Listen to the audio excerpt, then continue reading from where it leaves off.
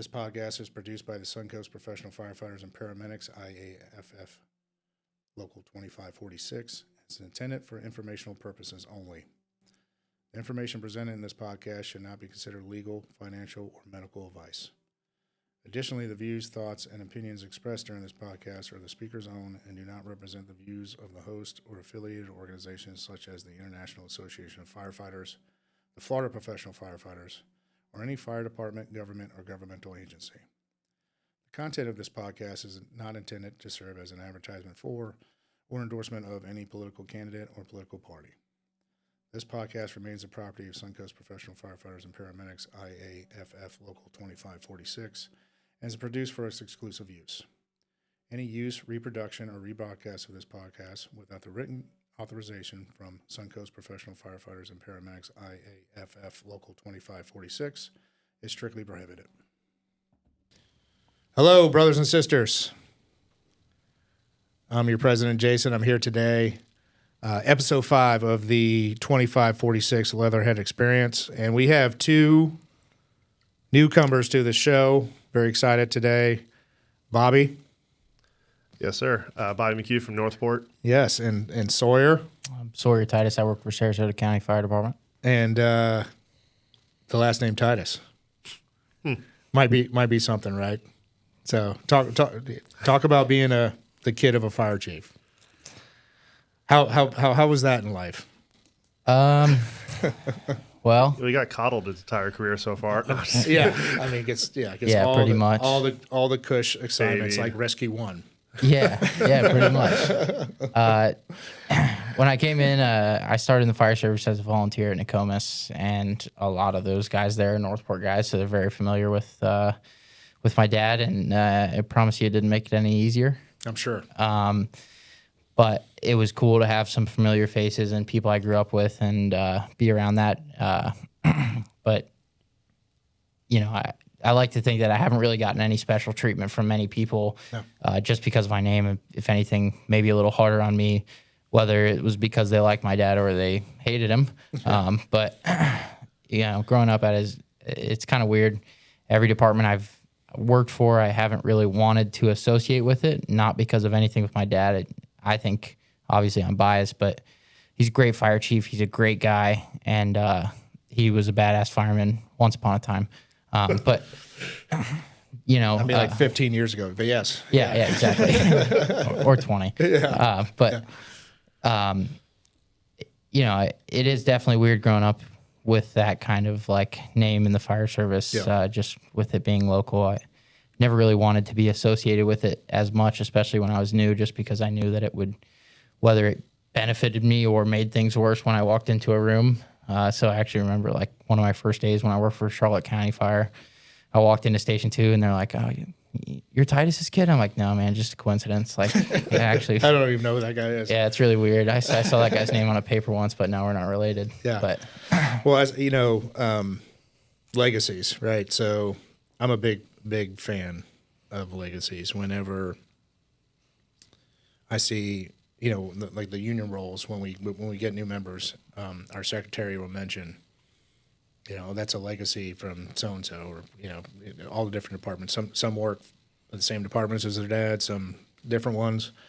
You know, I don't like to generalize too much, but not all the time. But I would say over 90% of the time, a guy who has a name in this job from his dad or you know the family, in my experience, just kind of knows what he's getting into, and then also ups their game a little bit because they have a fucking name to keep going.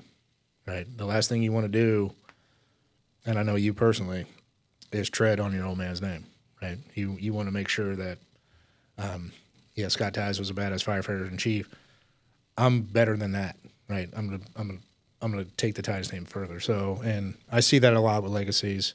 You just hired another one at you guys at Northport, Spurco, his old man at Southern. Love Spurco. I went to medic school with him. He's a phenomenal dude. Yeah, you know, and when I saw, I mean, he was at East, I think, and Northport picked him up, and I was like, dude, That's a fucking solid ass hire right there, you know. I And call him dumb all the time. But God, I'm so happy to have him now. Yeah, he's actually the medic on my crew now. his dad calls him the human poor because he will sweat. Apparently, according to his dad, he'll sweat just like getting out of the car, you know.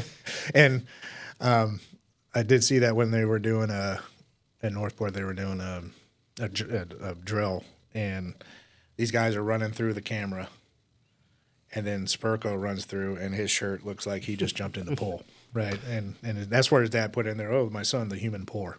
That makes sense then. I thought he was just really nervous on EMS calls. Yeah. So apparently he just, you know, he's a sweatbox. So Bobby, tell us about you've been around a little bit, right? Different places. Yeah, a little bit. About 10 years ago, I started over at Nokomis and then was there for many years. But within that time of being there, I worked for Orange County for like 9 months. Got a really good opportunity to go up there, and I just tried. You apply anywhere you can. Yeah. So I teach Fire Academy. Yep. And I tell these guys, like, if you're able to, just apply anywhere, especially anywhere that has FRS. Yeah. That way you can still transfer back and forth, and it's no big deal. So that's what I did. I went to Orange County. When I got the email to come interview, I was like, Orange County, California? Like, I just wanted NTN and clicked everything. So went up there, and I would say like almost accidentally got hired. Yeah. As terrible as that sounds, but I was like, all right, this is cool. I had a family friend that lived up there, so the 3-month orientation was no joke. Yeah. And it's something that I think like most departments could probably mirror, and it'd be really good. Yeah. Because of how terrible it was. Like it set a good stage. But anyway, I got to work with some legends out there actually. So when I came back to Sarasota County, worked there for 4 years. Got my journeyman ticket, and that was kind of the point where things were getting a little bit weird. You know, Hartley was the interim fire chief. You had, Chief Regner already went out to Longboat. Yeah, my chief. What was happening? Love me some Reggie. What was happening with the county? Chief Costello in training. Yeah. Complete uncertainty. Yeah. So I was like, you know what? Now's the chance. I can go to Northport. I can start fresh. I'm gonna pull the trigger. I'm gonna do it. So And being already a journeyman, which helps there, right? Because Northport has a journeyman program as well. It does, Yeah. and we can hit on that, man. But it going down there was a pretty. It was a good process going down there with the actual journeyman ticket. So got hired down there. If you get hired as a journeyman, they give you 4 years to take their journeyman test. I think I took it in like 8 months or so. It's very different than the last journeyman test that I took. This one was a 2-day test. Yeah. All sorts of equipment, Yeah. everything, pumping, this and that. So when you actually you pass it, that's an achievement. Yes. That's a big deal. Absolutely.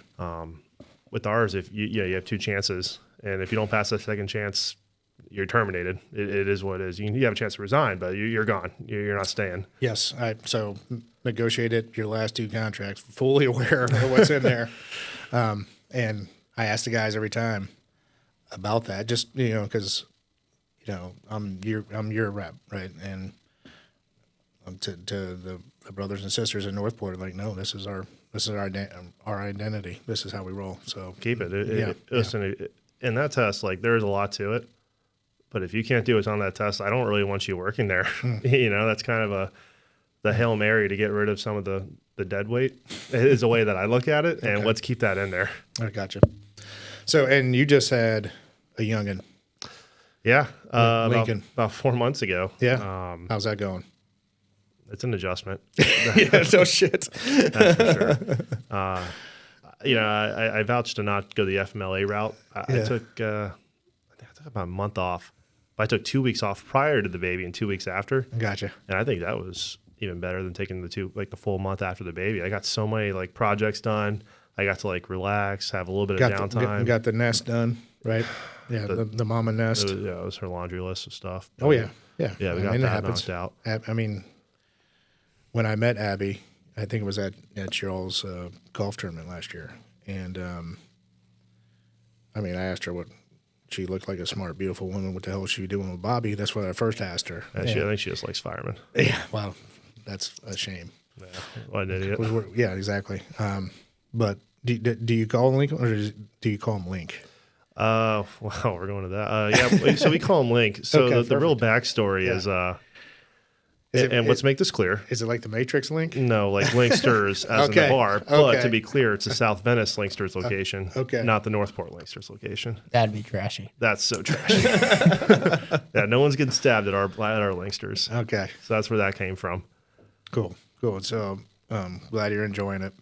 So we'll get into some of why you guys are here today. And part of why you're here, you're going to talk about the Suncoast Fools and some of the stuff they got going on. But as I took over a little over a year ago now, one of the things we're being asked to look into, communication was one of them. That's kind of why we're doing this stuff here and different social media and different website stuff, and some other things. But one of them was, why isn't the union more involved in the stuff we're doing locally with benevolence or groups that we're in? And I didn't have a good answer, right? And I just said, okay. And I had heard it enough from different organizations that I just said, okay, we got to get a better togetherness on that, because we're all, you're part of the Suncoast Fools, you're part of the Northport Benevolent, you're part of the Sarasota Benevolent. We're also all just union members too, right? So we're all part of these groups, different groups, and we didn't, we probably had to tighten up our affiliations a little bit. And so I've tried the best I can with the different benevolence in 2546 and different organizations to get in and understand what they're doing. If you're a president or leader of one of these benevolence organizations, please contact me when you have shit going on, because one, we'll put it up on our medias. I'll mention it on a podcast now. And as you guys know, you guys invite me to your stuff, and if I'm not doing something, I'll be there, right? I've said that before on a couple of these podcasts. If a member calls me and says, hey, man, if you're not doing anything, cool, it'd be cool if you stop by. If I'm not doing anything, I will stop by. I've come to a couple of your guys' deals. I've drank from the can, right? Yes, sir. So, yeah, I mean, we're all friends right now, right? Yeah. Okay, so full disclaimer. Yeah. So, we took over the Suncoast Fools. We started doing our thing. Mm-hmm. One of the things with the Suncoast Fools is that it's not supposed to be super union heavy, right? Yeah. So that's when you started showing up to these events, Sawyer and I looked at each other like, oh boy, do we need to is there a problem? And it's not because it's because you got people like Chief Titus, you got chiefs in here, and it's like it's making a weird situation. Absolutely hasn't. Yeah, absolutely not at all. Yeah. We're all boys. Like when you close the door, we're all hanging out. Like it's not that problem at all. Mm-hmm. So we never had that issue. And I think that's one thing we all love about going to Fools meetings and events and hanging out together is, no matter how much you love the union or care about your contract or want to talk about that stuff, none of that is involved with what we do. So it's not that the Fools is anti-union or anything like that. Yeah. I would assume that everybody in our chapter pays dues and isn't a scab. And I think so, yeah. I believe they are. I bet we can aside compare from them, and you're retired probably guys, right. obviously. But when we go to those meetings, we're all just coming together as dudes who love the job. Mm-hmm. And nobody is there talking about, we got this contract and this was our raise this year and this is how much time off we have or this or that or anything. We just come together and talk about fireman shit, and nobody fucking worries about who's got a better contract and who's got more time off and who makes more money. And so that was one of I know for sure the previous Fools boards things was not to be involved with the union at all, and not that we are against the union at all. Obviously, we've hung out at several of our events. Yes. But it's super cool that even we can have high up union guys come out to our events and tons of union members come together, and we don't have to worry about any of that shit. We're just a bunch of dudes who love the job, hanging out, talking about fireman shit, whether it's at one of the seminars we've hosted, or live fire classes that we have coming up, or hands-on trainings that we've done, anything like that. That's one of the great things about the Fools outside of the union is something to be a part of. And I agree. And you know, I think even benevolent funds, right? Because you may or may not be a union member, but you may be a part of your department's benevolent, right? And so I was asked why we don't have more of a presence in some of this stuff. At the same time, you know, I think we've all made it clear I'm not there to take over. Like the last one I was with you guys was at what was the golf tournament, but before that was at Calusa. Yeah. I showed up, and you guys were just having a meeting, and me and my wife sat there, and we ate a burger. I had a couple beers, drank from the can. I said hello to everybody and hauled ass, right? Like I wasn't there to do union shit. I was here to just hang out with the boys, right? Vibe with the boys, and that's usually what I do at a lot of these events is just show up, say hello to everybody. Anybody want to? I mean, honestly, that's the best part of my job. Like coming here to the office and just saying, you know, doing actual work sucks. Getting out with the troops, that's the best part of my job. And so when guys say, "Hey, man, we're gonna have a shindig doing this," and I'm like, "Dude, I'm off. Like, and I got nothing else to do." And I just literally like showing up, drinking a beer, not talking shop. I don't want anybody. Somebody starts trying to ask me, "Hey, man, what's going on with negotiations? This, that, and the other thing." Cool, man. Call your DVP. Like, we're off right now. We're having a beer. And that's what we were concerned with. And like you said, you proved that absolutely wasn't the issue. Yeah. It wasn't an issue. Yeah, I'm not there to, you know, hey, man, what do you need from your unit now? I'm definitely not there for that. Because we got a lot of good organization, not just yours. You know, the Sarasota County Benevolent do a lot of things. They just had their the car show, right? They have the chili cook-off. That's, I mean, no offense to anybody else, but probably my most favorite event. Oh, it's huge. Every year. I've won it twice, by the way. Just to fucking throw that out there. I got 2 trophies or 2 first places. And love that event. Look forward to it every year. I know it's in October, and it's never on my shift. It's usually the first B shift Saturday. It's that Ryan guy, but he's a 40-hour this time now. He was 40-hour last year too. I still think it's going to be on B shift. Yeah. Right, ski. Yeah. And it's usually the first.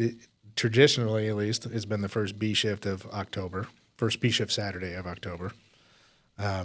Ski, Sarah, Patty, all you involved in that. If it's different, please let me know. So in case I have to get off, because that's one event I enjoy.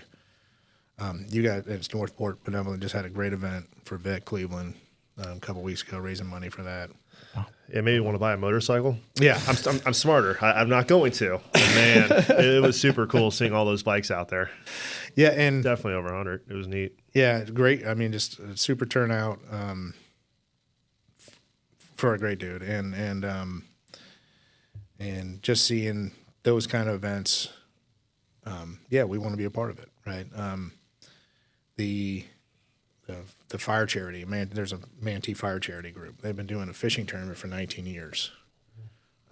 They just posted on their website this week because we're a sponsor of them. 2546 through our 501(c) sponsored some stuff this year.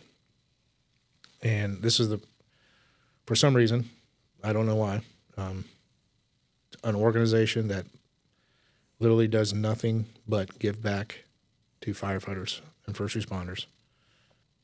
We weren't a part of. Like that should have been, something that should have been happening a long time. I had a member, Jordan Desir from BFD. Great stash, by the way. Jordan got one of the best stashes in 2546. Shout out to Jordan and his stash. But he said, "Hey, man, I know you if you're available, we'd love to have you." He's part of that group, the sponsorship group of that. Just come in and listen, and I sat there and listened to all the money. They laid out everything they had given out. Like it's not like all these other charities. Like the other thing great about our benevolence and you guys is you're not taking salaries, right? I have a 501(c). I don't take a salary from, right? So every dollar that goes into that 501(c) goes right back out to whatever it's supposed to. Same with you guys. the fire charities the same way. There's no executive director pulling a salary to run a charity, right? It's dollars in, dollars out. They laid out all the stuff that they had given in this past year, like almost had like $80,000 worth of Wow. taking care of firefighters, scholarships to future firefighters, all this stuff. And I'm like, I don't know why we're not a part of that, right? Like, why are we not a part of that? And they're a 501(c)(3). Like, it's just easy for me to transfer that over and do that. So now we're sponsoring that fishing tournament, right? Don't they do multiple of those a year, or what? There's something else? So They there's do a sporting clays tournament as well, I believe. yeah. Well, East. Or is That's that east. someone's benevolent? that's East Mantees. There's also a Patriot group that we participated in last year. We're going to do again this year. Or next. Yeah, it was last year. It's going to be this year. They had a clays event, and they give all money to veterans and first responders. Same deal. We did the chief sponsor of that. We were the number one sponsor of that. So we got 4 teams. So I recruited 4 teams from 4 of our departments. Next year I'm going to do 8 teams. So a lot of different departments get involved. But another great group, 501(c). It's our bylaws for our 501(c), the charitable foundation, were set up years ago by some very smart 4 brothers of mine. And in that is the ability for me to use those monies for either training for our locals, for our units. So like I told you guys last year, we brought in out of that money, some of those monies, 2, not 1, but 2 peer support and resilience training classes. Which were awesome classes. Yeah, from the IFF. How many did that produce? How many peer support counselors? 100. It's awesome. 100. So when I took over, well, as I was getting ready to take over, I met with Tim Falter from Sarasota County, Captain Falter, Crystal Burkott, and J-Rod from Charlotte. It was just us 4 in a room downstairs. And I said, hey, listen, our peer support sucks. Like I don't even know what's going on. We need to be better at this. Like each department was kind of doing their own thing. And for a local of our size and resources, that's not acceptable. And so I said, what do we need? And part of it was training, part of it was money, part of it was commitment from this organization. I said, okay, we can do that. That's not a problem. Let's figure out how to do it, right? So Tim and Crystal, we all sat in a room and said, okay, this is what we need to do. We actually even paid for a UCF restores class to come in at Southern Manatee to start that process, and then 2 more peer support classes. We bring people in, get lunches, 3 days of training. So our bylaws for our 501(c) are set up for that, for local-wide trainings and or 501(c)s. And the board of that foundation is the 3 principals, me, Johnny, and G. And we've just made a commitment that if we're, money's for trainings or trainings, and then we're going to identify veterans and first responder groups that are doing great things for us, 501(c)s, and that's who we're going to give our money to. Like the Patriot Group is an example. Like Justin Markey, our Southern Manatee brother, passed away. Mm-hmm. I found out that they gave money to his family, and I didn't even know this group existed up until that point, right? And the Southern guys reached out to me and said, "Hey, man, this group hooked up Markey's family and took care of him and all this stuff. Do you mind, reaching out to them?" I said, "Absolutely not." So I reached out to them and I said, "Hey, listen, I'd like to get back to your organization because thank you, for taking care of my people, and then I want to go back to your organization." So we made a commitment to give them $5,000, and so the gentleman who run that organization said, "Well, by the way, we have a clay shoot coming up, and for $5,000 you get all this stuff." And I was like, I looked at the list. I was like, "Oh, I get 4 teams, and I get this, and I get lunch." And I go, "Well, shit, that sounds a lot better than just giving you $5,000. Let's do that." Perfect. so it had worked itself out, and so yeah, our guys were there doing that, and so we just we've tried to identify those groups, like the fire charity and others, to give back to, and can't get back to everything, because like listen, if you're a brother or sister and you call me up asking us to sponsor your kid's soccer team, that's not going to happen, right? That's not how we're built. However, we are built to give back to our organizations given to veterans and first responders. That was one of the hardest things for us to try to figure out and that was even part of the first meeting that we had when we took it over the entire chapter was, what do we give back to? How do we give back without running our entire budget into the ground, right? Mm-hmm. And it sucks that you can't just write checks for everything, but you have to come up with a system and be selective, and you're going to make people mad. And especially for us, one of the biggest things we found, especially we're a much smaller organization than the union, obviously, and a lot of other groups. Mm-hmm. But one of the biggest things we've found to help people out is hosting events with those people's peers. So, I mean, we've had people who aren't even members of our chapter from several departments, City of Venice, Sarasota County, Northport Fire Rescue, that we've hosted events for and done things like a 50-50 raffle, and the Fools paid to put on this entire event and whatever, and we're only going to take back whatever our cost was. The rest of the money goes to them. Mm-hmm. Or we've hosted cornhole tournaments, just whatever random kind of event that we could put on for this person to support them in the time of need, or just putting out feelers on social media. Hey, this guy's going through this. He needs his house remodeled. Mm-hmm. Let's all meet up here on this day at this time and help him tear his house out and clean everything out and work on it with him.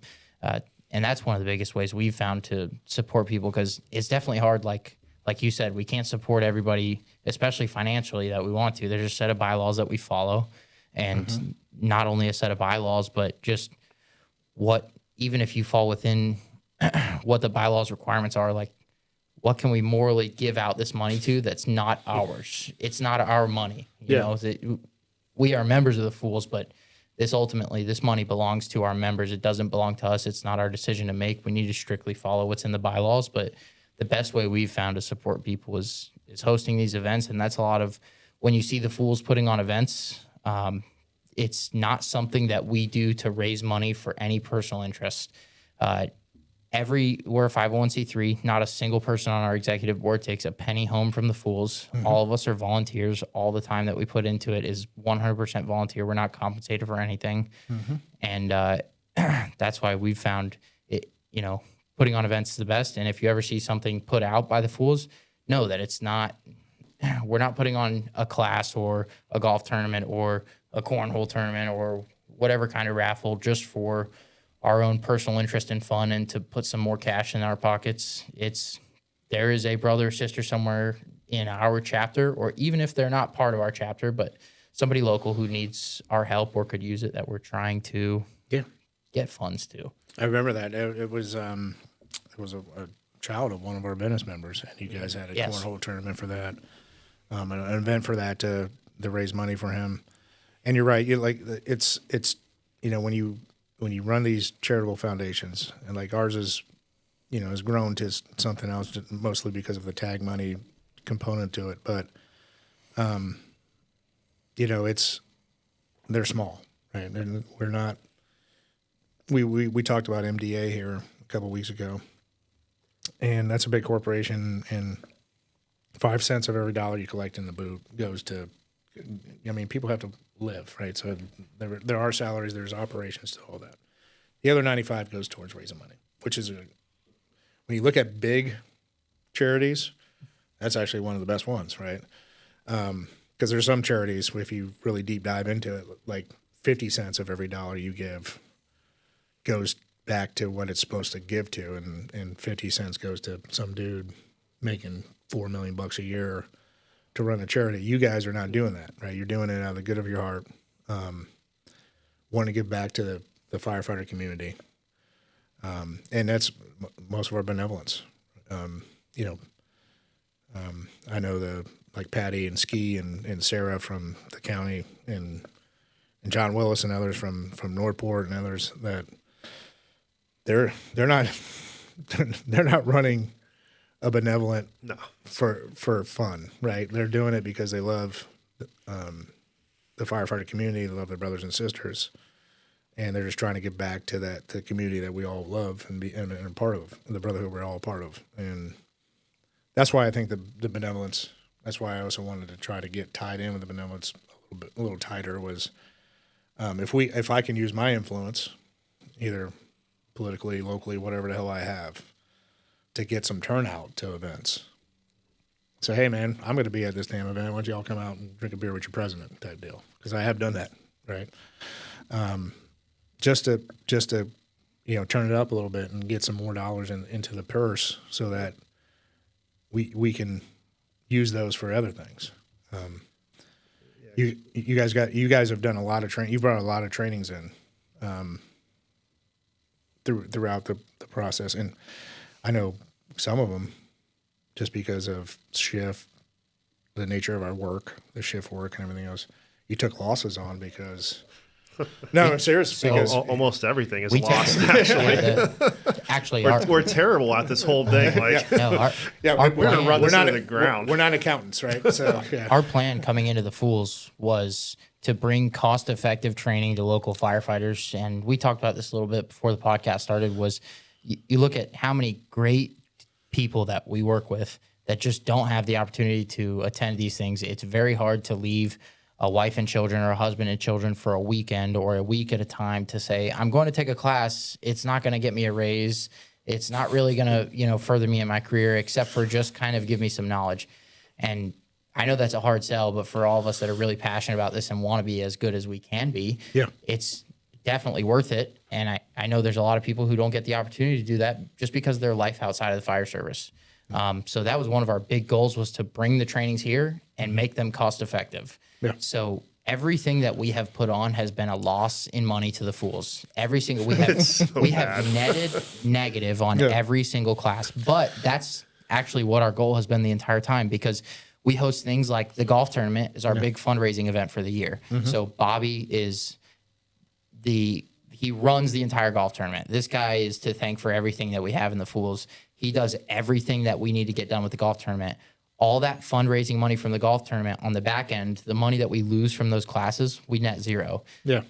Because we've made it up on different fundraising events. But for example, I mean, we've had Bill Gustin here and only put huge loss. We only put like 5 or 6 people in the room with Bill Gustin, which one of the very unfortunate for the people that missed it, but for the guys that got to spend time with Bill Gustin for one of the last times. Yep, one of the last classes he ever taught. Yeah. The guys that got to come and spend time with him. One of those. I mean, some of you guys know, one of the absolute gems of our brotherhood, right? Just the knowledge that he brought to things, right? Yeah, yeah. And not only him, we've had that was a bad one. Yeah. Rick Lasky, John Salka, multiple others. We've hosted the Art of Reading Smoke multiple times. Doing it again in October. We've hosted all kinds of courses, and every single one of them has been a loss to us, including we've got our first live fire training coming up this weekend. It's going to be a total loss. All the live fires coming up. Well, in the future, I think total loss. You said you were charging guys $100 or something right there. Right? Yeah. I mean, when you said that, I was like, in my mind, I was like, there's no way to make money on that like that. There's not, and that's not our goal. Our goal since we took over the Fools has always been, we want to provide cost-effective training to local guys without having to drive. I mean, the closest place before the training coming here that you're going to get a live fire class is the city of Orlando. I mean, you're driving to Orlando or down to Estero, south of Fort Myers. Like, you're not getting any live fire training anywhere in this area. It hasn't been a thing for a long time. So it's something that we wanted to provide, and we've kind of been building up to it over time with lecture courses and bringing as much other stuff as we can here. Live fire is obviously a pretty costly thing to put on. Yeah. So we've built up our bank account. When we took over the Fools, the bank account was very minimal. Well, you guys were almost, I remember, Lee Hollins and those guys like went and kind of got it going, but there was a time there where you guys were almost going to go belly up, right? That's when we took over. Yeah. Basically, that's when I made the mistake of going to Big Top that night. Actually, that's how Bobby got involved. That was a whole mistake. The previous executive board of the Fools basically said, hey, if somebody doesn't put themselves up for this position, we're closing the chapter. Yeah, that's And- probably going to be me in this president spot. Well, this was That's it. That's how it plays out, man. Yeah. not that I wanted to like add more to my plate, but I was like, man, this is a great organization. This is something my dad was a part of. Yeah. That's been around for a long time, that does phenomenal things for our community. Hopefully I can help carry that on. So, I texted Ryan Callagher, who was the previous president. We got in contact and started talking to him more. Me and Bobby has been friends for years. So I said, hey man, just come out to this Fools meeting tonight at Big Top. Like, just see if it's something you're interested in, becoming a member, whatever. So he's the one. This is the whole problem. And then he gets there. This is and where it all begins. I start getting him drunk, and I'm like, all right, now just put your name down for this position. You want to be the vice president. It's the best spot to be. It is. I mean, in theory. In theory. Yeah. Now, so our own Rocco Salvatore, who's our 2546 member, also the state vice president for the FPF. When we have our executive board meetings, he always reminds us, hey, I'm the vice president. I have no real responsibility whatsoever, except to do whatever the president tells me. That's kind of how I play it. Like if it goes to shit, like, hey, call Sawyer. Like, I don't know what you want from me. I'm just the number two, bro. I'm just the number two. No, but I mean, since we've taken over this chapter, I mean, we took over with really since COVID. Our chapter kind of closed down because a large portion of our chapter was retired guys who were elderly and didn't want to be in public gatherings during COVID when the entire country thought it was going to explode. Well, and also weren't allowed to be in public Right. places for a long time. Yeah. Right. So that really killed our chapter. Yeah. On paper, prior to COVID, we were one of the largest Fools chapters in America. But when we took over, we had, on paper, 0 members because nobody had paid dues in several years. We had nothing. So you guys, so what you're saying is you're member 1 and 2 then, Pretty much how or that. new member 1 and 2. New member 1 and 2. There's a lot of guys that Yeah. paved the way before us for sure. Yeah. But Bobby's been instrumental in getting everything done for fundraising. Lee Thompson's our treasurer. Between him and Bobby, they're the reason we achieved the 501c3 status and became a charitable organization. Which is big. Which is a big deal. Massive for us. Yeah. That was cool. But Cause that opens up funds, right? It opens up a way to get fundraising. So much For sure. So much for sure. Like Yeah. when we do this golf tournament, it's no longer, oh yeah, and like we're selling you spots. Yeah, like it's especially organizations and like shameless plug right here, 1-800-BOARD-UP. awesome guys. Huge, they're huge. The Belfour company is huge when it comes to the Fools for the International. Yep. And I accidentally emailed the wrong person. The person I emailed was the vice president of 1-800-BOARD-UP, not who I thought it was. And he's like, oh yeah, don't worry, we'll make sure that they pay. And after a conversation with him, no, like they need to go spend money, and the Fools just takes the priority. So Perfect. even with this live fire stuff, like he mentioned, this weekend's the pilot program. It's going to be a loss. It is what it is. We want to make sure that we have a good program down before we try charging for it. After that, going to 1-800-BOARD-UP and seeing if they want to become part of this would also be another way of getting that. Even $100.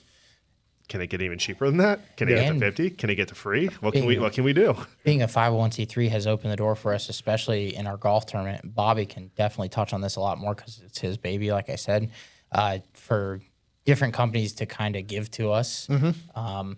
And Because it's now a recognized charity. yes, And and there's tax benefits, right? Yes. For writing it off, all that good For stuff. sure. Yeah, absolutely. That's why I said it's a huge deal. and it maximizes what we get for the members. Like, I'm not a huge golf guy, Yeah. so I can't speak to it. But what are we charging for a ticket right now? It was 150. Was it last year? I think it was. I actually the 150 was the first year, and I'm so bad at the saving money thing that I lowered the price this year. Okay. It was actually 125. So, yeah, was it I'm doing a terrible job. Like I said. 125 for a charitable golf event where you played 18 holes, you got free breakfast, free mimosas with breakfast, Yeah. all you could drink beer, free lunch, and raffles. Like you, I was there last year. I T-shirt, drank, backpack I think I challenge drank going. $125 worth of beverages. easily. Yeah, and I'm actually Had a good time. Really I think we all really proud to report that we didn't break any golf carts, and we didn't roll. Well- we didn't roll any last year. That was the first year. The first year we did find one on, That was on its side in the that middle of was the a, course. Yeah. Problematic. Yeah. Thanks, Colin. Shout out. Yeah. No, it's all good stuff. And we were talking about it too. What are we were talking about it before this started. So what, live fire this weekend, what are some of the upcoming things you guys are thinking about doing going forward? So, like I said, our goal is going to be to provide as much training as possible for local people. Last year we had Rick Lasky, John Salka, Bill Gustin. We had the Art of Reading Smoke once last year.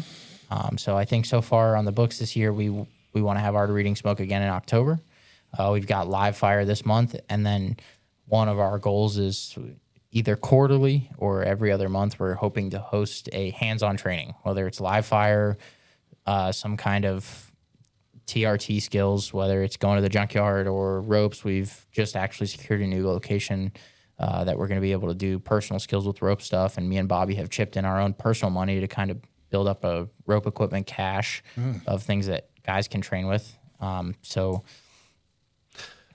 like, here's the issue is that, like, we tried doing this whole lecture thing, like I said, the Bill Gustin, the Dave Downey, the Art Reading Smoke, and, you losing money is fine, right? Yeah. And, when you're paying Chief Backer to fly from Colorado, I don't feel so bad, right? But then you have people like Bill Gustin and Chief Downey that come in, and you can't really fill much of a room. Yeah. I think it's just kind of a different age. People don't necessarily want to sit for that lecture as much. They're, you have in the art, in the years now, you have Instagram, you have Facebook, you have YouTube. You can learn a lot of this stuff online, and there's a benefit. Right, there's a benefit to be able to ask these questions and talk to these people, Absolutely. But they don't see that. And honestly, I was an instructor for a while too, and when you get new students in, they fill out these questionnaires and you're trying to figure out how each student learns, right? Because everybody learns differently. Some verbally, some visually, some tactically. Usually a combination of each. And so I can pick up my phone and watch how to tie a knot, but I got to have the rope in my hand to do it, right? Like I'm that guy, right? I think everybody is. I gotta watch it service. and put it in my hand. But right? what's easier though, and that's what they're looking for. Yeah. So like, and a great example of that is I've worked with Chief Joseph over at STC, and I've kind of taken over like the hydraulics apparatus and aerial ops. Well, for hydraulics, only 4 people show up. And you got Ricky Rescue going on right now. Yeah. Why would you go in person if everything's online? Yeah. So and you're right. And so when I was going through all my trainings, we all were sitting there talking for a while. When I worked for Orange County, and I was there for 4 years, and I was the only medic at my station. And the way off the box was either get promoted to engineer or get on a squad, right, or something like that. So I was taking special ops classes to confined space, VMR, ropes, that kind of stuff, and then also hydraulics and aerial ops and all that, working on my FADO. And back then there was no such thing as online. Like we didn't even fucking have these things, right? My first phone was a StarTAC phone. It was a flip, and we didn't even know what. Yeah, and there was no text. And then like 2 years later, they developed text, but like if you wanted to do a C, you had to hit the 1 3 times to get to C, and then you had to do an E, so you had to hit the 2 times to get to E. I mean, you're like, fuck that. I'm just going to call somebody. This is such a pain in the ass just to respond back on text. Now it's so accessible, and then you have reels, and you have this, and you have that, and all that stuff. And honestly, the younger firefighters we have coming out of the academy, they've had these things their entire lives. They're used to using them. But there still is something to, like, I took all my FO1, all my inspector, my FO2 classes in a classroom. Mostly because that's just how I learn, right? I can't just watch shit online.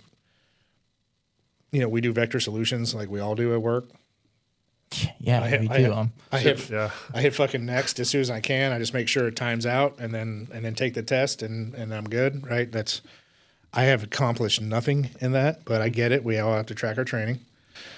There's still something to the being in a room full of firemen and one, learning in class, and then two, picking each other's mind off what we're doing. And not only that, but sitting in front of fucking industry legends Yes. like fucking John Salka and Bill Gustin. I mean, that was one of the last classes that Bill Gustin ever taught before he passed away. Yeah. And the opportunity to sit in that classroom across from him and just have a conversation, because if you ever met him, he was just a dude. Bill Gustin, he wasn't like some fucking celebrity fireman that was too good to talk to you. He just wanted to sit down and talk fireman shit. One of the most humble people. Phenomenal guy. For a guy who was looked at in our profession as one of the gold standards. Yeah. One of the most humble gold standards. Because you look at football players and there's some stars that are humble. Most of them aren't. Most of them are like, I'm a fucking star. Yeah. You're going to treat me as such. He was the guy who was humble as hell, right? And you would, I mean, if you didn't know our profession, you would just think he was just some cool old man sitting at the bar with you, right, having a beer. Just that's who he was. Same with John Salka, who's an FDNY battalion chief at Ground Zero on 9/11. I mean, this guy has seen some fucking crazy shit. After class, the last day, he came to the fucking bar with me and Bobby and a few other dudes and just sat and talked shop. And it wasn't like, let me tell you all these stories from the FDNY. It was like, let's all just talk about fireman shit. Like, he wasn't talking like he was, you know, the craziest thing you'd ever heard about. He was just a humble dude. So I think me and Bobby and a lot of other guys really value that opportunity to sit in the room with those people and learn from them face to face. But a lot of our membership maybe is younger dudes who doesn't value that or didn't have the opportunity to get off for it or whatever. And similar to the union, we have to appeal to the members. Yeah. And if what people want is, and obviously we all love hands-on training, live fire training. I mean, that's what me and Bobby live for. So, you know, we know stuff like that is going to sell out. We're going to fill seats. And some of it has to do with unfortunately the nature of our work today, right? So, we're most of our departments are increasing staffing to overcome the growth that we're experiencing, right? All of our call volumes in all of our departments have gone up, something fierce in the last 5 to 8 years ish, right? And so our departments are doing that. They're hiring. However, it's hard to keep up, right? Budgets are budgets. You know, we're still short in a lot of places. And so part of it is that. Part of it is guys are like, well, I'm going to be doing overtime. I mean, especially if you're a medic, you're subject to Mando at any damn minute right now in most departments, right?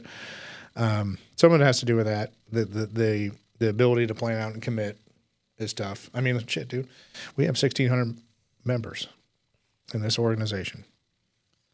Our executive board meeting and general membership meetings are the second Monday of every month. And I have the same 15 or 16 guys showing up every month, right? And yeah, I've done. I mean, we try. I mean, you guys know. I've been out, trying my best to get everybody involved as much as possible. But I get it. It's a Monday.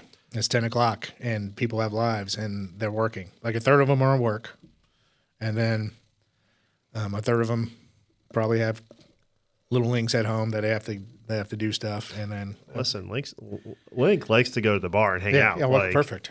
Yeah, that's not even an excuse. Well, that's the same thing for us. Is everyone has a life outside of the fire service, whatever your hobbies and life may be. You know, for me and Bobby, we've invested a lot of time into the fire service, still volunteering on our days off and going to Fools meetings and events and putting these things together, and you investing all of your time into the union when you're not at work. Yeah, I don't even know what time off is. Right. So, Jameson's on my crew, and this morning we were getting off. This morning we were on shift yesterday. That's off. Yeah, so we were getting off this morning, and no, keep going, please. I just got what you said. Finish. Awesome. And so he's like, "What do you got going on today?" And I told him, and he's like, "I don't know how the fuck you do it. Like you're. If I was as busy as you, I don't know what I. It's like most days I don't know how I do it either. Right? I I love this place. I love 2546. I also love all of our members, right? And the most for the most majority of you guys who like you two and others, I get nothing but love and respect from our members. They put me in a position. I've committed to that position, and they're going to get my 100% every day. And after we leave here today, I'm going somewhere else, right? And I just, you guys, I'm glad to have you guys on the show today because people like you two, and we have a lot of us in our profession. That's just who we are, kind of like firefighters. To see the passion you guys have for this job and the things you're doing with the fools and everything else, it makes me feel good, right? Because there's days when I'm here at the office and I feel like I got my ass kicked because of everything else that's going on, right? Good days, bad days, and I feel like sometimes like, oh shit, man, I don't even know what I'm doing, right? But then I see guys like you two, and there's a bunch of you in our local, and then I see people just doing work and loving this job and loving the brotherhood, and then I'm like, okay, this is what I do it for, and that's what you guys see. I think you guys see the same thing. Like you're doing it, you're not doing this for any personal gain.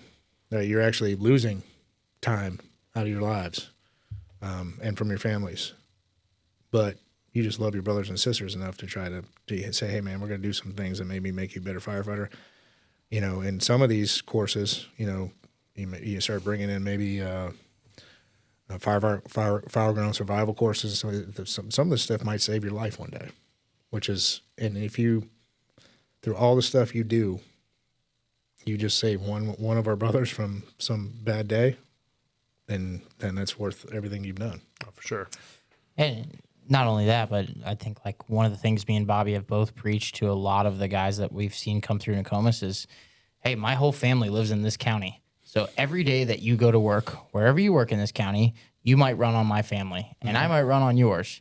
And I hope to see the level of hustle and hard work and dedication to the job out of you when my family needs help as you would hope to see out of me when yours does. And, that's kind of why we all do it. We love going to fires. I mean, I'll come out and say it. We don't all need to hide behind the fact that we just want to help people and we're great dudes. Sure, we want to help people, but we love going to fires too. We love the thrill of it. It's really fun.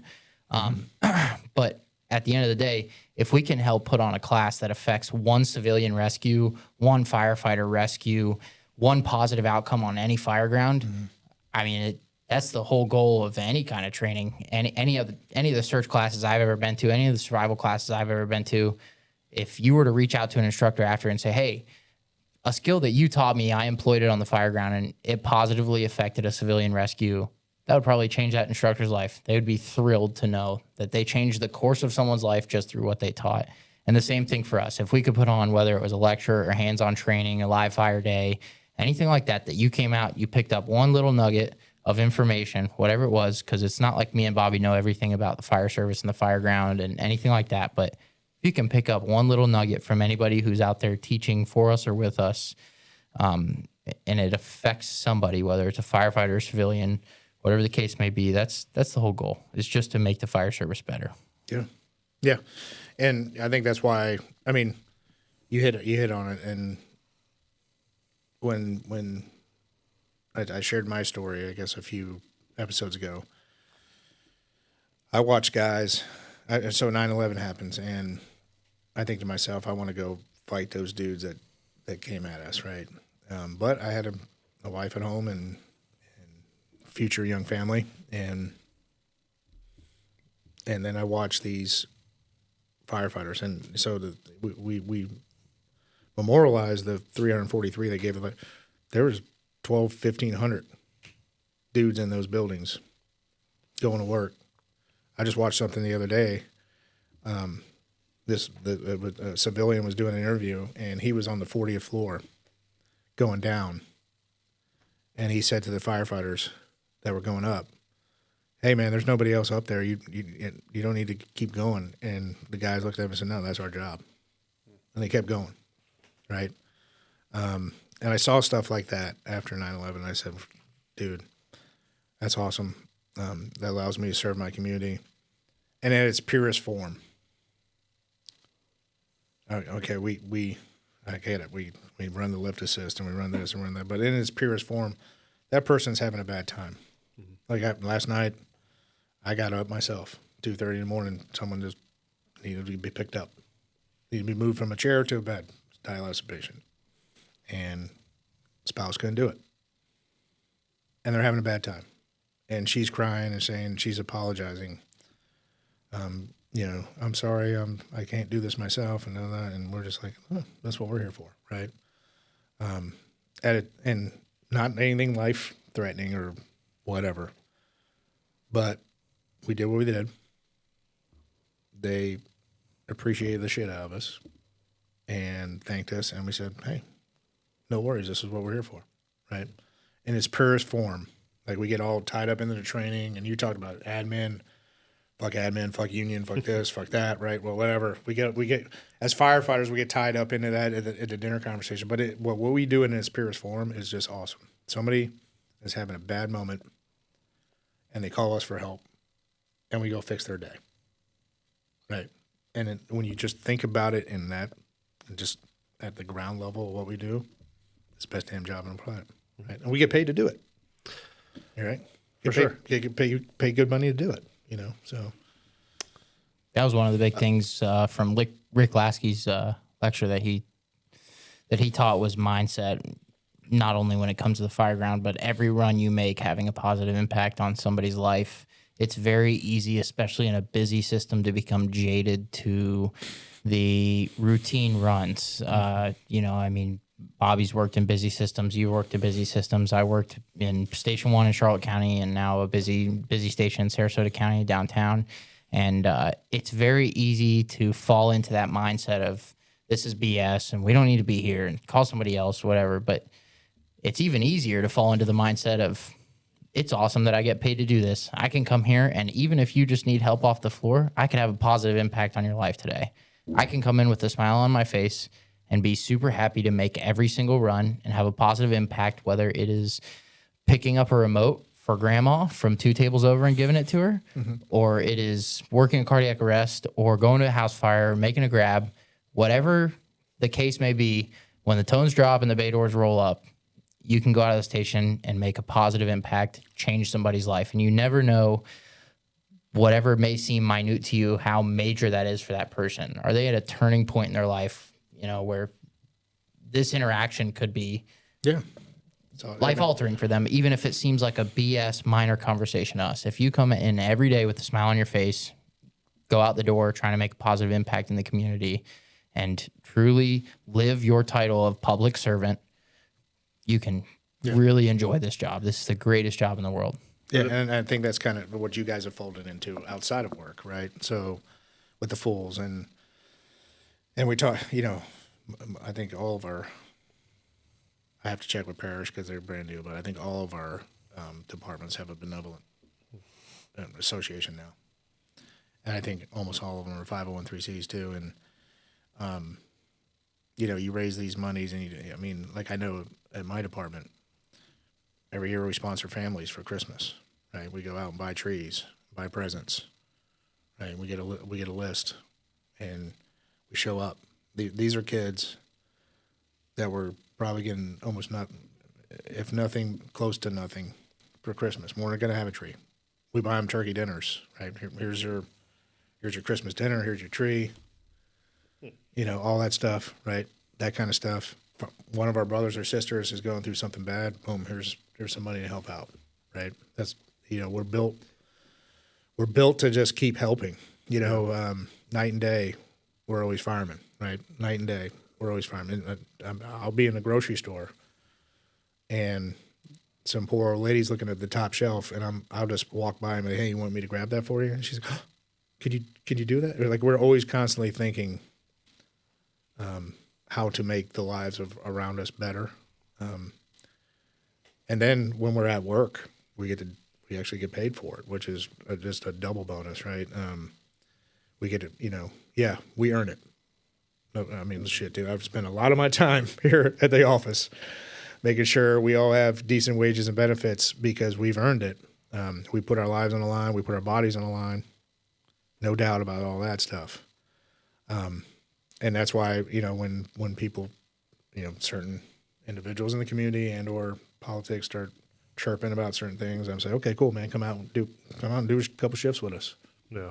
See what it's about. See all the. I see this dude at SMH on Rescue 1 or 101 or whatever the hell's going on, or when he's not floated out half the time. Where's SMH? Don't worry about it, dude. The truck's not going there. Yeah. Running his butt off. Like, okay, go, man. Come do a shift on Rescue 1. And Joe Schmo who thinks we get too much. Come on, do a shift on Rescue 1. Right?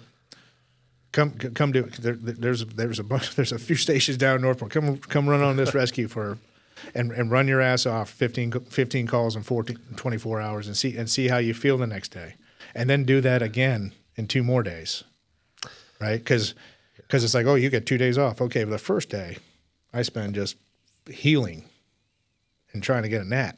Or doing podcasts. Yes, because we were both on shift yesterday. But, or just doing podcasts. But, for the most part, people just, they don't get that. And that's okay, But we get to, and I say this all the time, outside of playing shortstop for the New York Yankees, this is the next best job I could ever have, I love it. And that whole 24-48 thing, I don't know what you're talking about. I think we're all in the same boat. There is no 24-48. No. If you're in it, you're in it. Yeah. You're in it pretty deep. I think this next month, I think I like a day off. Yeah. So that's pretty cool. But, it's awesome. I love it. I don't want to do anything else. Yeah, I mean, we talked. You guys asked like what my schedule was earlier.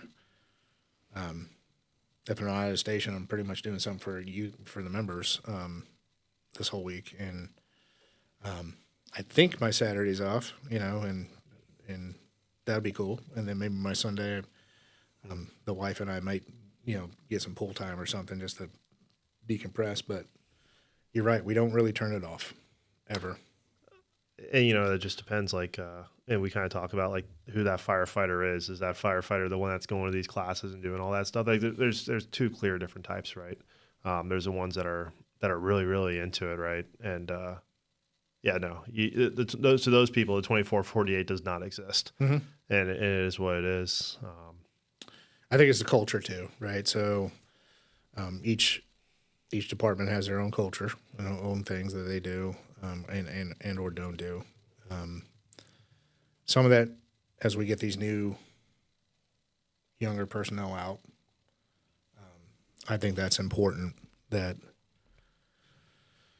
if they come to a station that has that culture, it doesn't, heck, each department's different, but each station's different. And they come to that station and it has that culture that says, hey, man, you're not just here to fucking fill a seat. Mm-hmm. You're here to make a difference. And we're going to do this, we're going to do that, we're going to do some training. I think if you can catch them early enough in their career, it usually ends up being better. For sure, trying to get them that mentors, but even the time spent at Fire Academy, it's different. And I'm sure your generation now that you're much older than we are, would say that we're different than your generation, and everyone will keep on saying that, My generation's the worst. But it's true that it's a generational change each time, and it almost seems like it's getting. I wouldn't say it's getting lazier, but again, you're getting more of that online group now, so you're not seeing them. They're doing stuff, yeah, but you're not seeing it. I call them the COVID kids. I have 2 of them, right? So I have 4 kids. Me and Jace, my 2 middle ones. They both experienced high school in COVID. And spent basically a whole year at home.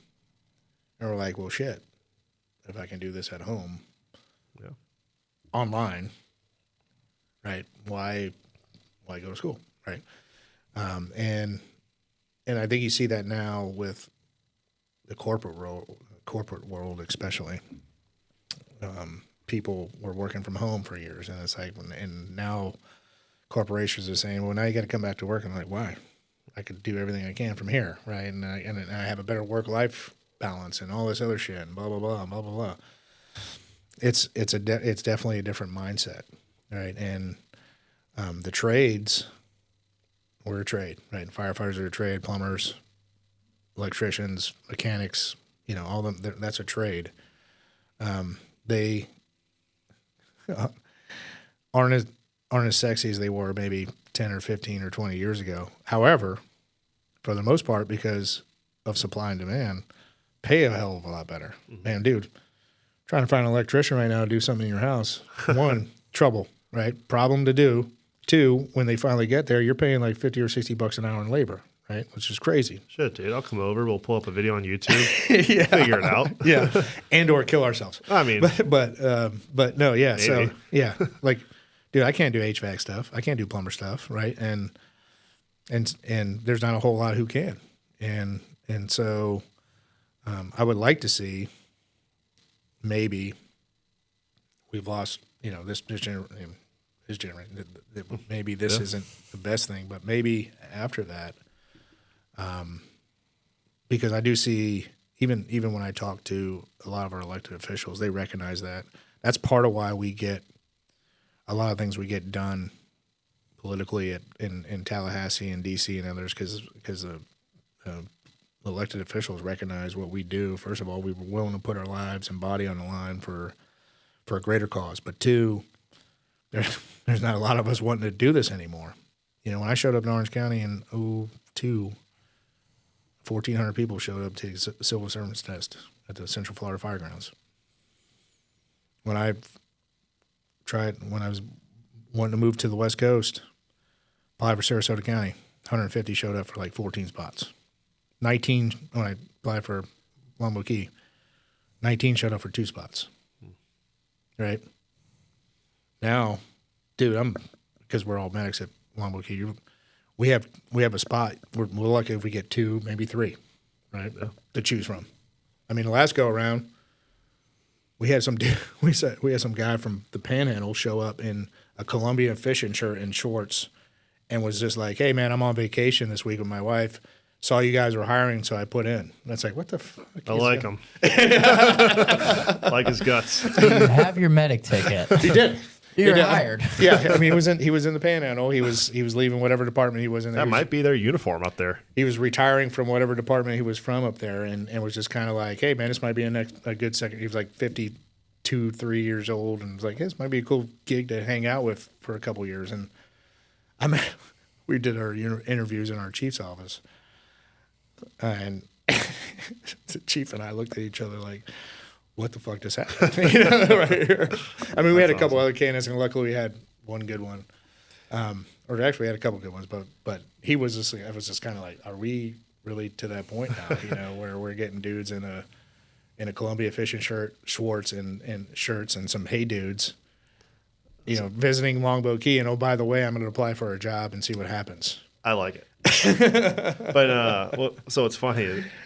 We talk about that at the fire academy yesterday. I was talking to Chief Joseph, and there's a wait list to get into both day and night class now. Perfect. I mean, granted, you guys are paramedic only, which that adds a whole other hurdle to it, especially with Sarasota requiring it within 3 years. Charlotte the whole system is all clogged up in this area. Yeah. You almost have to go to like an Orange County system where there's more private schools, doing it. Well, I'm glad to hear that, because my son-in-law is a ex-military. He was in the Army. And when he got out, they lived with us for a little bit till they got back in town and found a house and all that stuff. But he went to the fire academy. Now he works for the DOD now, and he gets paid a ton of money to do what he did in the military, which he can't talk about, but gets to do now for contracting. And that's a whole other thing. But he's like, went to the fire academy, and he was in the night class, and I went to his like burn night, and there was like 9 kids there. How long ago was that? At MTC. This is like 3-4 years ago. That lines up actually. Yeah. Yeah. And I showed up for his burn night, right? And I'm like, I see this group of kids, and I'm like, hey, dude, where the fuck's your class? He's like, what do you mean? And I'm like, no, where's everybody at? He's like, this is it. 9 people. Shit, I had to wait almost 12 months to get into Central Florida Fire Academy. And my class was 35. Like 35 deep.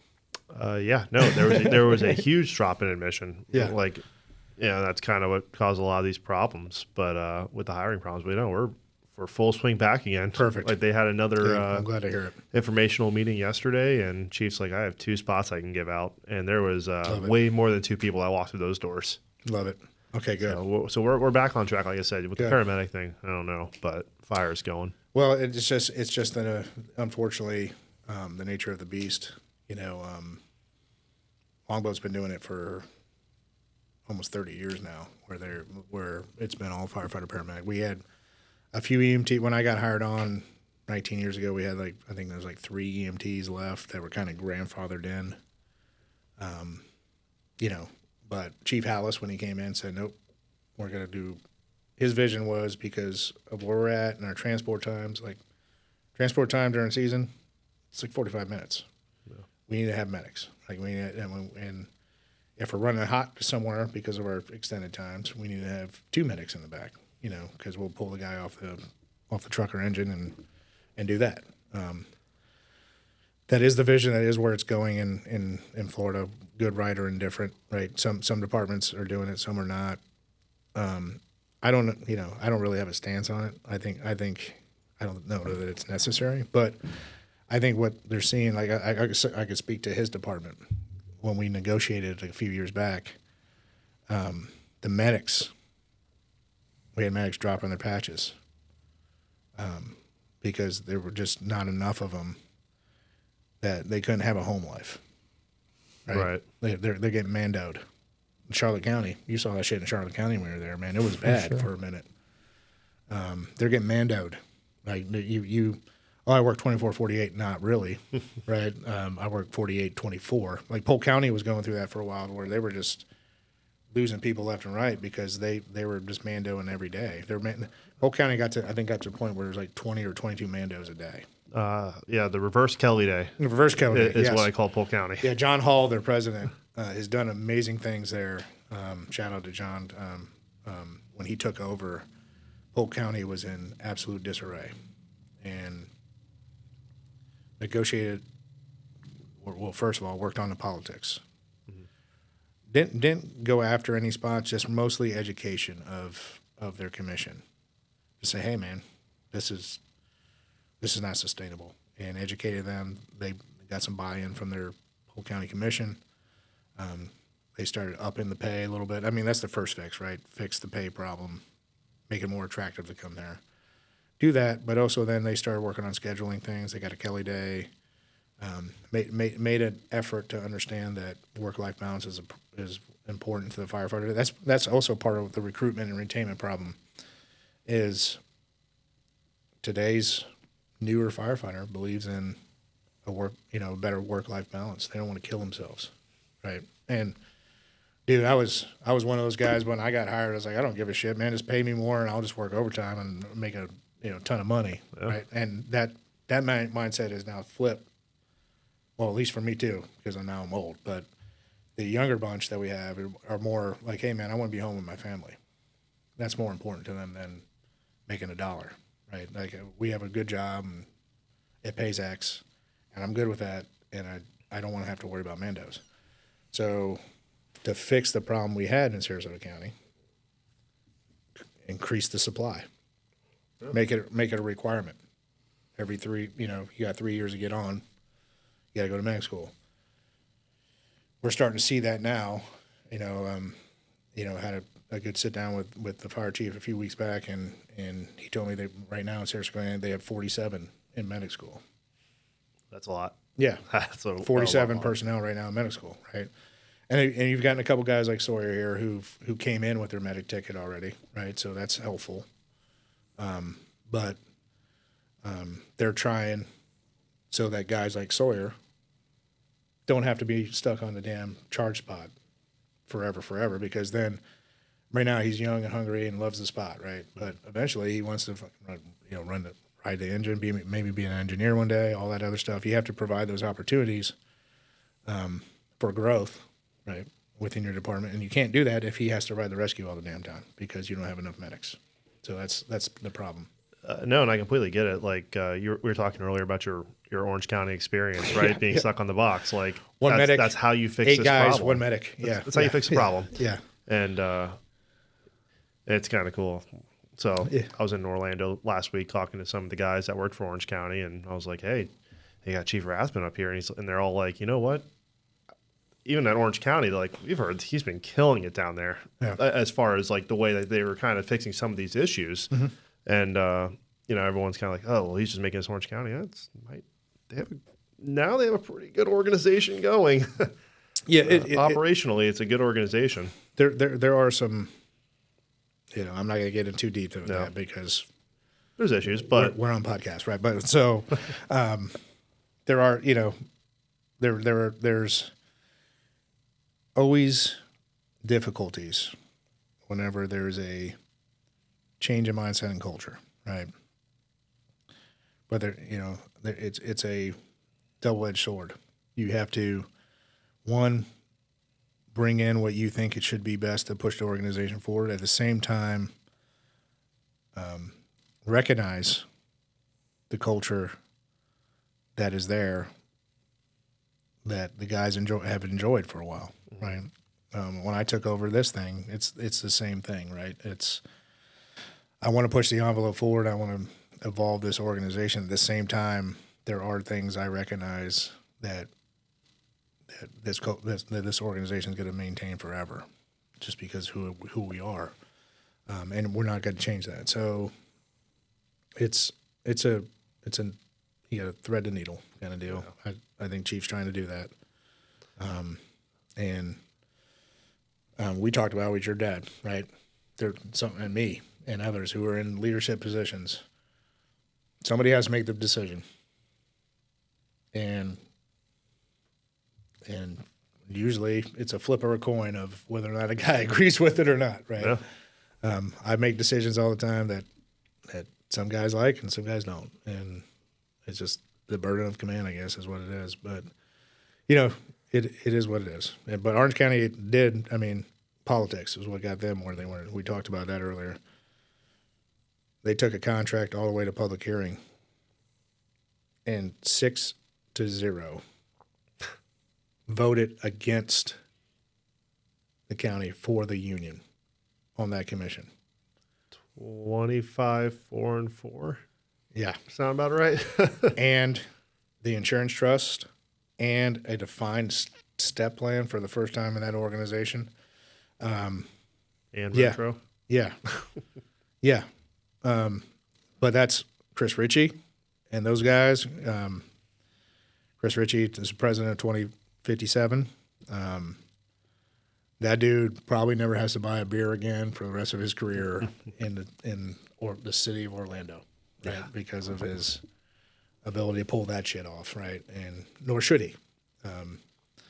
And his team did an excellent job, and they had their politics right. And they took it to the mats, and great job. Yeah. So, do you guys have a date for your golf tournament yet? No, not yet. So we met with that about 3 weeks ago. We try to get that thing rolling about 4 months in advance. It takes a little bit to get it going. And before that, it was even like 8 months. But I have a pretty good system down. A lot of the sponsors end up being returning sponsors, so I don't have to put that much work back into it, thankfully. I will say that we're doing a little bit different this year. It's kind of cool. So we're going to probably push this one more into September, and it's going to be Oktoberfest themed. Yeah. Okay, so I went to actual Oktoberfest. Yeah, well, this one's going to be way worse. And well, goddamn, because I was in Munich. My best bud and I and our wives, we're travel buddies. Next year we're going to Ireland and Scotland, and I'm probably gonna be drunk all 10 of those days. But we went to Oktoberfest two Octobers ago, I guess now. What an amazing experience! And what's great about, if you guys have never been to Europe, you definitely check out a bunch of stuff. It's this old country, right? But in Europe, their food doesn't have all the shit we have in our food here, like all the glutens and whatnot. A lot of it's farm to table. I tell people all the time, we were there, we ate a bunch of German food. So one night, we're just like, dude, I'm tired of eating schnitzel and all this other stuff, right? There was an Italian place down the street from our hotel. Rolled in there. I ate a whole pizza. I haven't eaten a whole pizza since I was like fucking 16, right? And I didn't feel like shit. Like right now, we order pizza, I eat 2 slices. I feel like doo-doo, right? Yeah. And I'm like, oh, fuck, I want to lay down, take a nap, right? Dude, I ate a whole pizza, and I walked back to the hotel feeling like $1 million. I drank 6 Steins. So you go to Oktoberfest, and each German brewery has their own big beer house tent, right? And amazing stuff. We went to 6 different ones. I drank 6 Steins, this damn big, and did not feel full. I felt like I was drinking water. I drink a pint of beer here in America at a bar, and I most of the time feel like I ate a damn sandwich. I hear about that all the time. Like just the amount of crap that's banned over there Yeah. that we're just taking it in. Dude, I went to a gas station and just was like, let me get some candy, and it was like 4 ingredients on the candy. There was no like dye 6 and methyl ethyl 7 and yellow 4. It was like sugar, salt, and like 2 other things. When do you think Bivens going to move to Europe? Probably soon. Yeah, once he hears this podcast, he's packing his bags. Well, I don't know if we can get all those things for the golf tournament, but there will be plenty of beer.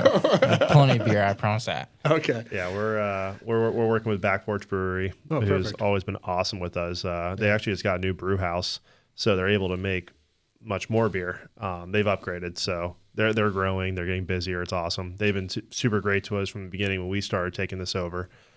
And we've been trying to throw as much businesses back as possible. So the goal is to try to give Steins out as we begin the day. Awesome. And then just have refill stations with the kegs of whatever Oktoberfest beer that they have. That way, And- we want to support the local breweries, right? Like, Yeah. And I'm in. So make sure whenever you figure the date out, shoot it to me, because if I'm not off, I'll get off. 'Cause Yeah. that was a good experience last year. Great time. again, just dudes being dudes. Yeah, I'm not out there for golf. I'm out there for the brotherhood of the experience of it. And then I'd say my golf game, this is how people are like, oh, you play golf? I was like, no, I go to a bar and then a golf game breaks out.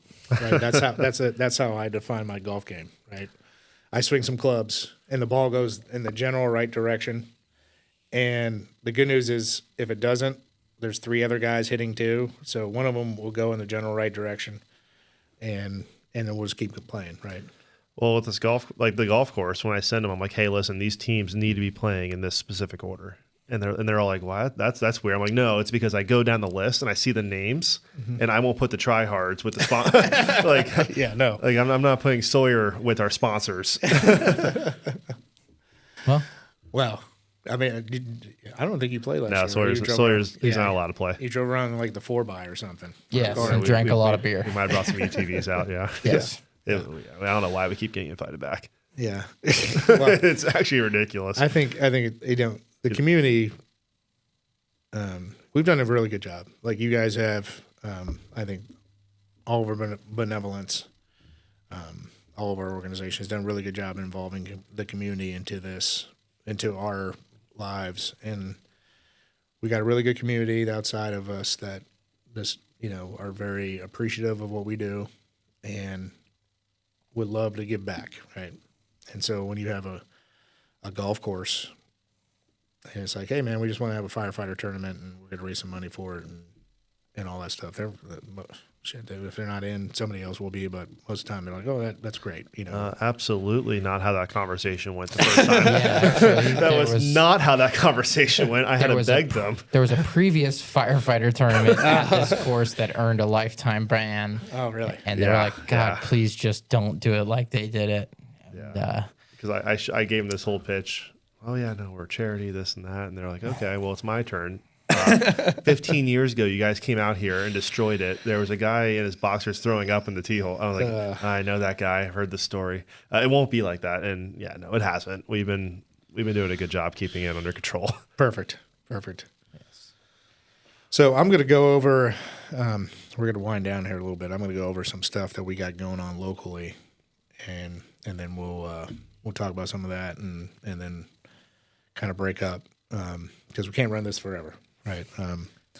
So probably won't be in time because today is the 22nd and it's tomorrow. And editing and distributing on these things, as you guys, as we and Jameson and I have found out that distributing podcast on Apple, Spotify, and Amazon Music and YouTube takes some time and approval rates and all that other stuff. But tomorrow night, April 23rd, Tony Barrett, our brother, former brother from Sarasota County, run for Manatee County Commission, 2546 is throwing a event for his campaign. We're going to be at Motorworks in Bradenton from 6 to 8. Come on out. Again, we're going to try to get some petitions signed for him, get some money raised for him. I think it's very important we get as many public safety people as we can in office that understand our job. And Tony is obviously one of our own, so we're going to do whatever we can to make that happen. This is something that will get out. We have a wills and trust group coming in on the 28th. So again, when I was experiencing some of the stuff with Vic and Justin, realizing some firefighters had come up to me at these events and said, "Hey man, do we have a wills and trust person?" And I said, "Actually, no, I don't." I would, occasionally a firefighter would call me and say, "Hey man, I need a will." I would call Jim Brantley and say, "Hey man, do you know somebody?" And he would refer me to some attorney down where he lived. Probably not the best way to go about it. So I went out, found a group that's going to be here. Jeffrey Tomas and his group, Ideal Retirement Solution, is going to be here, and giving us half off. You can't be there because you're on shift, or it's a bad day for you. Contact their group, tell them you're with 2546, they'll give you half off. Usually it's about $2,500 for the service they provide. It's only $12. As you or somebody with a young family, you probably want to start thinking about this. I know I'm going to. Provide you with a will or trust depending on assets. Some people need wills, some people need trust. I don't need a trust. I don't have that many assets. But power of attorney and a living will. And you get all that stuff legalized, signed, sealed, delivered, notarized, all that good stuff. You give you a little packet, and you just stick it in your safe, and something happens to you, they open the safe, and boom, there it is, and everything's set out, ready to go. So that's on April 28th here at the office. They're also providing Dub's Barbecue, which I know you two know about Dub's because you grew up, live in, work in the Northport area. So you know all about them Dubs. Cedar Hammock, May 17th, are having a bowling event. I think that's the first one ever in 2546 at the Bolorama in Cortez. I know they still need some teams. I'm going to be there for that for sure. I'm not going to bowl, but I'm going to enjoy some time with my brothers and sisters there. That's on May 17th, and we'll have that up on the website. I think we already do. So a good event. We talked about it earlier, the Fire Charity Fishing Tournament, June 13th and 14th, that we're a sponsor of. I will be at the kickoff and then at the weigh-in. And apparently on the 14th, if you're there at the weigh-in, that is a absolute party. I like to party. Yeah, we all do. And so I'm definitely going for that. thing. And listen, because I'm a sponsor, I get, VIP spot, kind of deal. I get to hang out with the VIPs, which I'll just be hanging out with the troops, but because that's my VIPs. We talked about the Sarasota County chili cook-off, but one thing I also want to mention to everybody listening, if you're a member of a leader of a benevolent, one of the groups associated with our organization, and you have something going on, please contact me because, one, I want to go. Selfishly, I want to be there. But two, we will promote it. We want people out to your event to raise money for these great organizations that we have, and allow them to raise some money to help our firefighters because we see it happen all the time. You know, a firefighter gets hurt. Garcia, right? Gets hurt, and we put it out there, and every benevolence, throws in $500 or whatever they can, right, to help a family out. We had a brother in Sarasota County that had a house fire, and we all banded together to raise money for him, right? Yep. That's kind of what we do, and so if you have something going on raising money, let me know. I will try to be there, of course, and then we will promote it. And then I'm going to mention it again, and Bobby's going to be there this year now too. FPF convention, June 8th, 9th, 10th. Rolls into the 11th, depending on if you're just going for classes, it's the 8th and 9th, leave the 10th. If you're going for the whole convention, it's 8th, 9th, and 10th and 11th. But get with your DVP. Come up and learn. We talked about, classes. Every class at FPF is in a room full of firefighters talking about whatever it is you want to learn about. If you're talking about negotiations, politics, health trust, insurance, pensions, all these different classes, all of firefighters, most of them are kind of like questionnaire seminar based. So the presenter will present probably like an hour. It's usually like a 4 hour deal. Presenter will present it for about an hour and then start taking questions. And then usually what happens from my experience of doing this for like a long ass time, firefighters will start talking from different places and say, well, how'd you do that? How'd you do that? How'd you get that in your contract? Why'd you do that? Why'd you do it that way? And start spurring all this conversation. And then we all end up back in the hospitality room with beverage and discussing it further. So it's a really good time. And I try to get Sean Lucas on here today from Southern Manatee. He's kind of one of these all-purpose dudes. He does peer support and benevolent stuff. So last year in Manatee County, we had the first ever Chiefs Cup.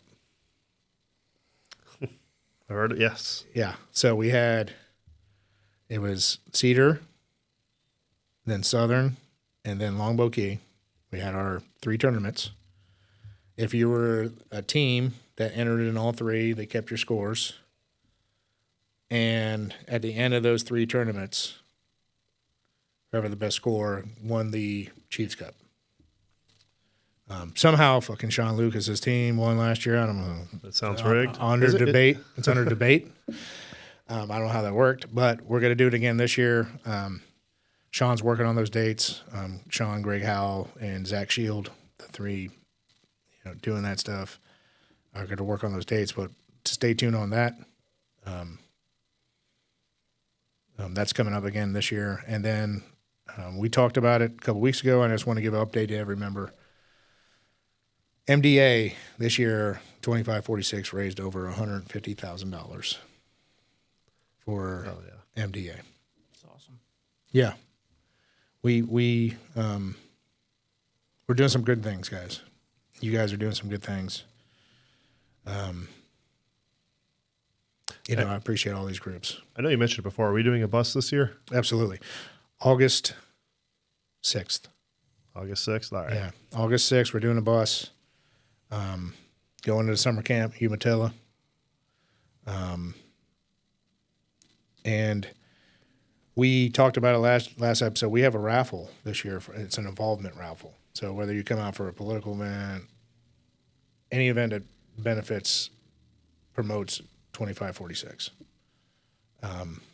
MDA stuff, your name goes in that raffle. There's $15,000 worth of prizes. Our executive board is okayed, right? We're talking great prizes, and come to Umatilla for a day, get a raffle ticket.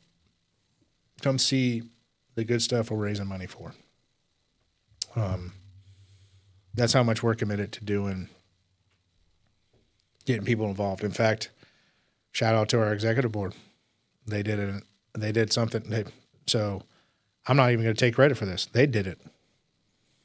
At our last executive board meeting, traditionally we've taken 3 alternates to FPF convention for our delegates in case a delegate has to go home or whatever.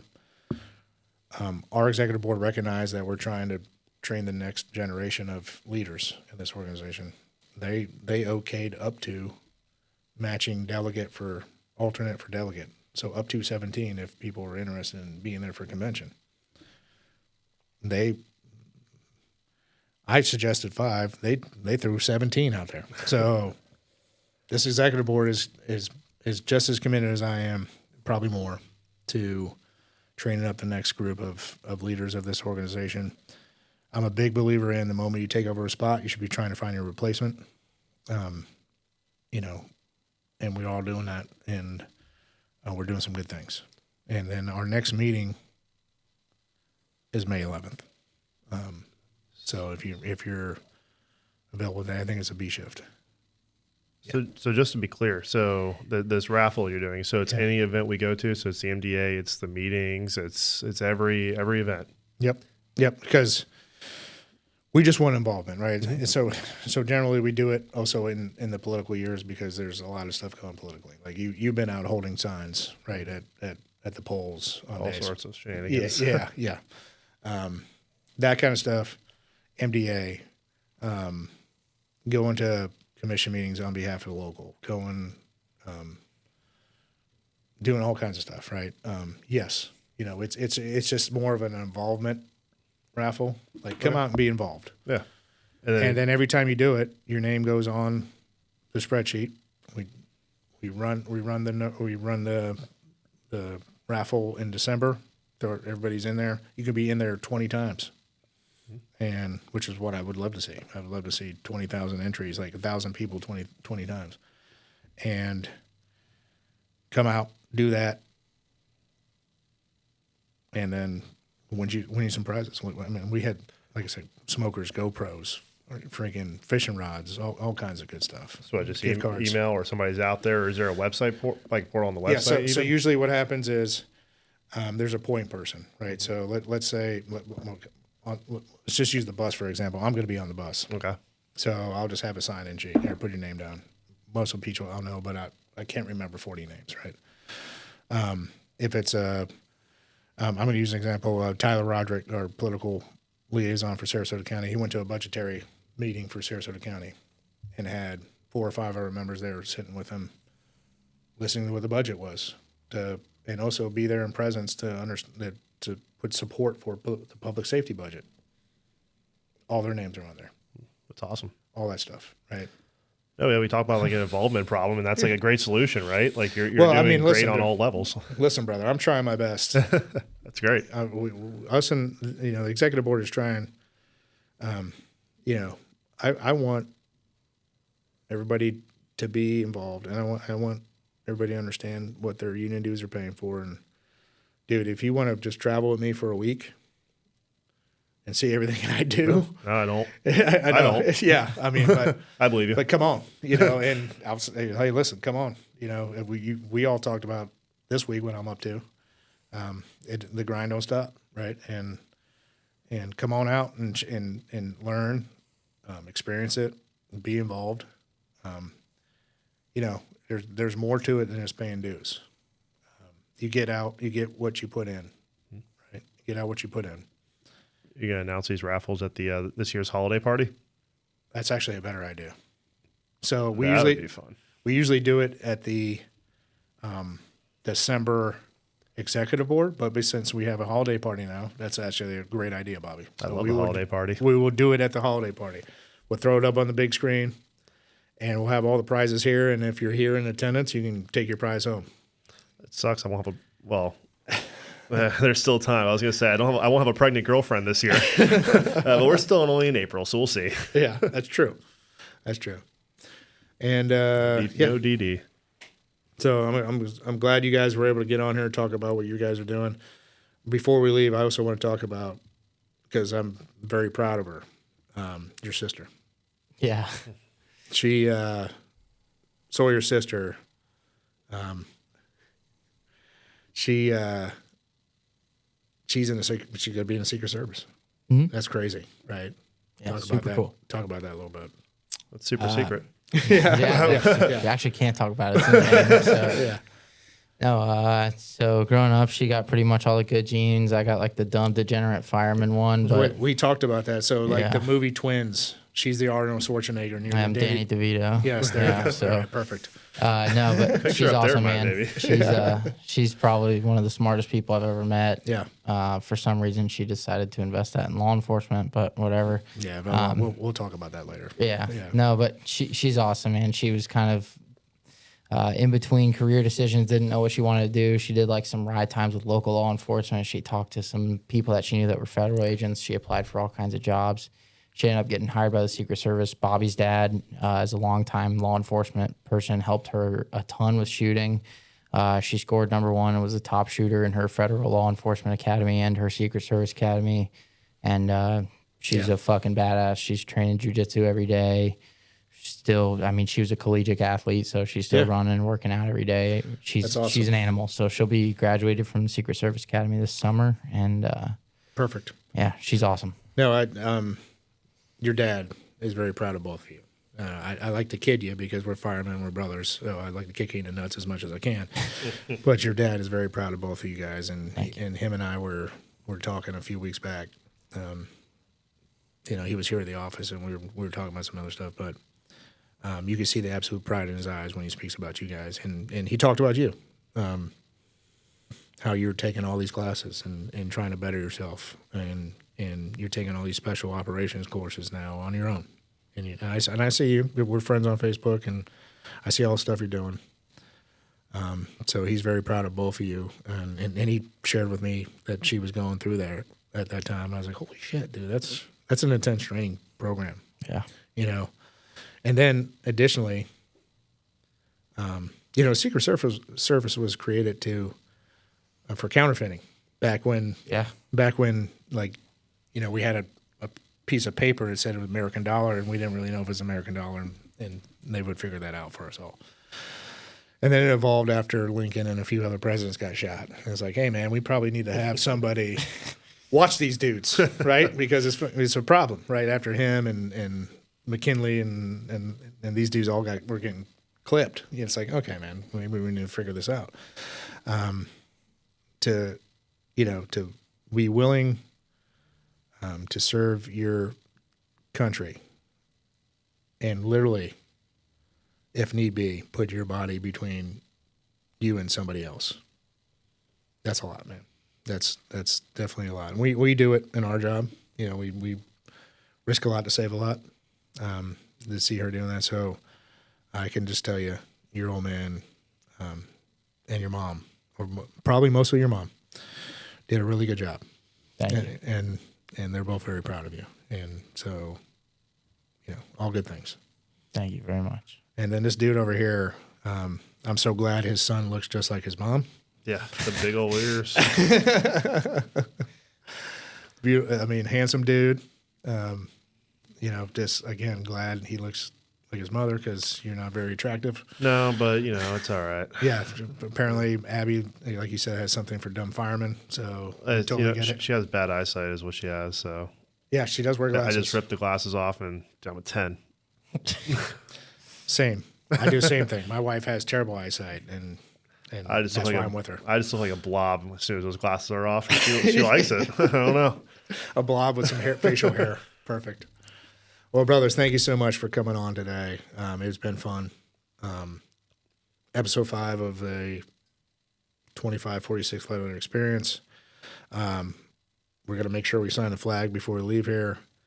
And you guys are always welcome back if you just want to just hang out. Like we sometimes just have shows where we're, in the future here, probably some shows we're just hanging out talking about firefighter stuff. So, give me a call, text. You guys both have a number, and we'll get you back on. So I live right down the road. I like to just sit in the audience over here.